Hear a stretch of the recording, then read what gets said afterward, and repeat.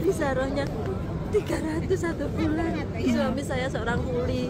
Seorang apa? Kuli angkut. Itu pun satu minggu hanya kerja satu kali. Kami untuk makan saja hanya baca bismillah dan minum air. Tapi tidak ada yang tahu di rumah, tidak ada yang tahu kalau saya ini nggak makan. Nggak ada yang tahu karena saya nggak pernah mengeluh sama siapapun. Ya Allah, alhamdulillah. Saya nggak pernah meminta sama siapapun. Saya hanya meminta sama ngadu sama Allah. Iya. Allah. Meskipun anak saya bilang begini, Bu, SPP sudah 5 bulan belum bayar. Iya nak, tunggu. Bu, mau ada rilat. Bu, iya nak, tunggu.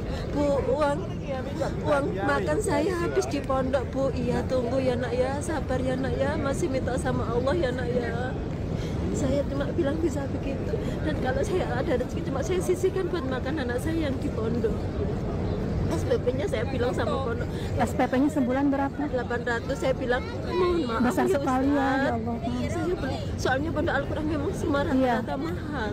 Dan anak saya kepingin semua orang di rumah itu menghina. Kamu orangnya apa? Kerjamu apa? Kok mau mondokin anak gitu? Ya Allah, ya Allah. Orang menghina ibu tapi Allah mengangkat derajat ibu. Alhamdulillah ya Allah. Saya sudah enggak apa-apa, aku punya Allah, bilang gitu aja. Kasih motivasi untuk yang nonton, Bu. Biar yang nonton kan banyak, Bu, yang nonton video saya bilang saya hidup aja susah, makan aja susah, gimana mau datang ke Mekah. Ini buktinya Ibu. Ingat ya sahabat semua. Ingat kita punya Allah.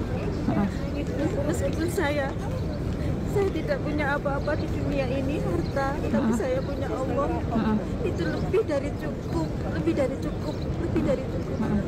Saya meskipun nggak punya penghasilan yang cukup, tapi saya bisa memondokkan anak saya yang sehari-harinya, yang 1 bulannya SPP-nya saja 800, itu anak satu, bukan anak yang kedua. Dan untuk makan sehari-harinya saya hanya bilang Allah yang memberi kita makan dan Allah yang memberi kita rezeki. Itu pun kalau ada yang mau minjam saya punya uang 50.000 dia pinjam, saya pinjamkan. Saya tidak pernah memikirkan saya nanti makan apa, anak-anak nanti minta jajan dikasih siapa, saya nggak pernah saya ingat-ingat. Yang saya ingat Allah pasti akan mencukupinya. Jadi setiap ada orang yang meminjam, saya punya uang berapapun saya pinjamin dan anak saya nggak pernah kekurangan. Meskipun jajan itu banyak yang kasih, saya nggak pernah minta dan saya nggak pernah bercerita bahwa saya nggak pernah makan.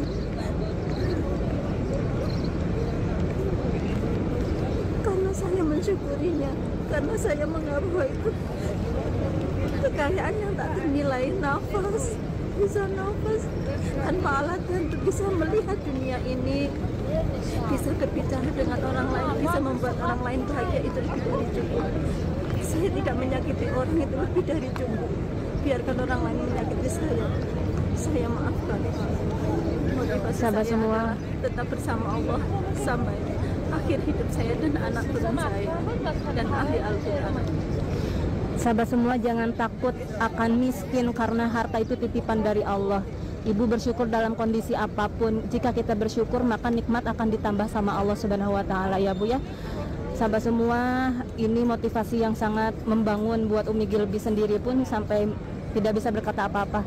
Hebatnya Ibu, luar biasa.